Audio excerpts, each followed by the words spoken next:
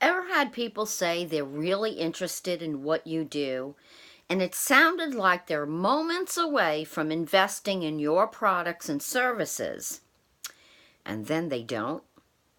Perhaps this interested prospect said they would call you, but never did. Other times they simply just vanished without a trace. Hey, Michelle Stefferson here with MichelleStefferson.com, and I help people just like you generate leads for your business so you can build a business of your dreams. If you're new, consider subscribing. So, you have an interested prospect, but they aren't buying.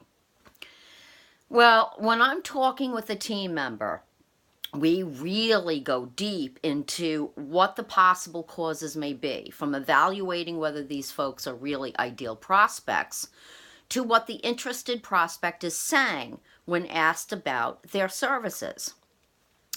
In this video, I'm sharing 4 key reasons that may be interested but not buying. These are the 4 that come up most often. Enjoy, and do share your thoughts on this as well. Okay, so reason number 1, not connecting to the problem your interested prospect wants to solve.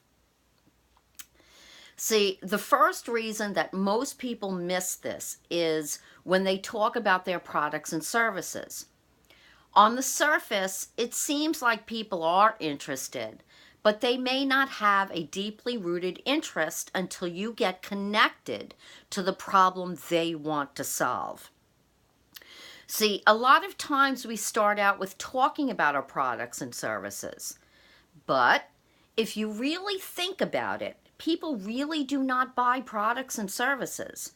What they buy is solutions to their problems.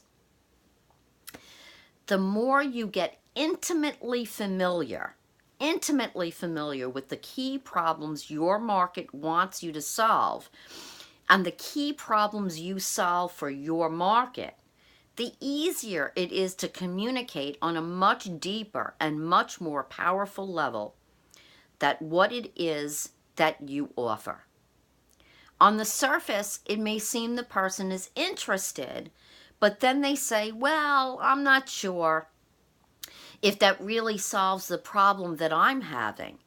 You have to be able to articulate the problem that you solve pretty powerfully and clearly. Now, reason number 2, talking features, not outcomes or results with your interested prospect. See, the second reason that happens often is that people are talking features and not outcomes. What I mean by that is that people talk about their services and the aspects that they focus on are features. It is not what people really want to experience. There is a very big difference. For example, someone that does makeup, okay? This is not really what that person does. They really are transforming the person's looks, maybe on their wedding day. If this person was focused on the features, like the kind of makeup they use and the brand of false eyelashes that they use, they are not focusing on the solution. What the person really wants to know is what it's going to look like in the end. If they invest in those services, where would they be at the end of it all? The more you are able to articulate the results and the outcome people are paying to receive from investing in your products or services, the more they're able to see how you can truly help them. By being able to articulate the value helps you in a much more powerful way. Now, reason number 3, you are not addressing your interested prospect's unspoken objections. That's right, unspoken.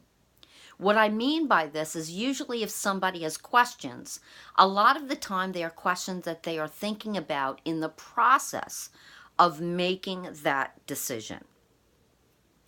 One of the things you can do for your business is to get really good at what those common objections are, which are questions that need to be answered along the path to them saying yes to what it is you have to offer.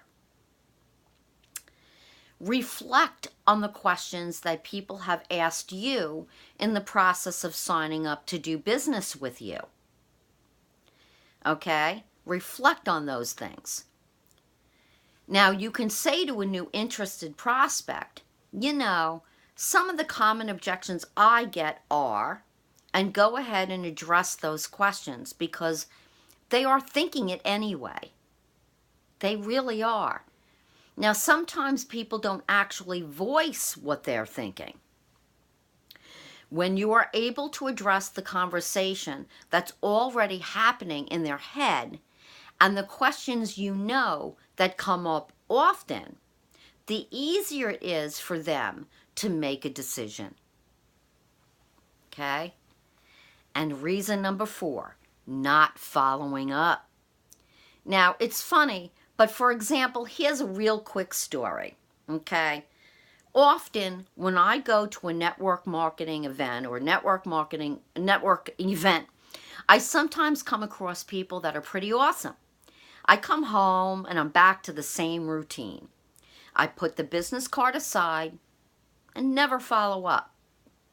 Now, that doesn't mean I'm not interested in buying, but if they would call me or send me an email to follow up, I would probably buy. Now, a lot of times we choose not to follow up because we think maybe we might be bugging people. Follow up is a key thing. If people express an interest and genuinely express an interest, don't be afraid to follow up. You're not bothering them. Oh, and by the way, when you follow up, it's not, do you want to buy? Okay, now pay attention to this. Again, focus on the key problems they may have shared with you. If not much was shared when you first spoke to them, then express an interest in learning more about the key problems. You'll then be engaging with them on a genuine level. And in terms of understanding what it is they really need to have solved in their lives. So, were those tips helpful? Did you get value?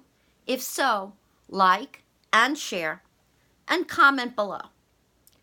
If it seems like it would be more helpful to gain strategies on how to get fresh, new, qualified prospects for your business, feel free to access the other resources on my site at michellestefferson.com. See you in the next video. Bye for now.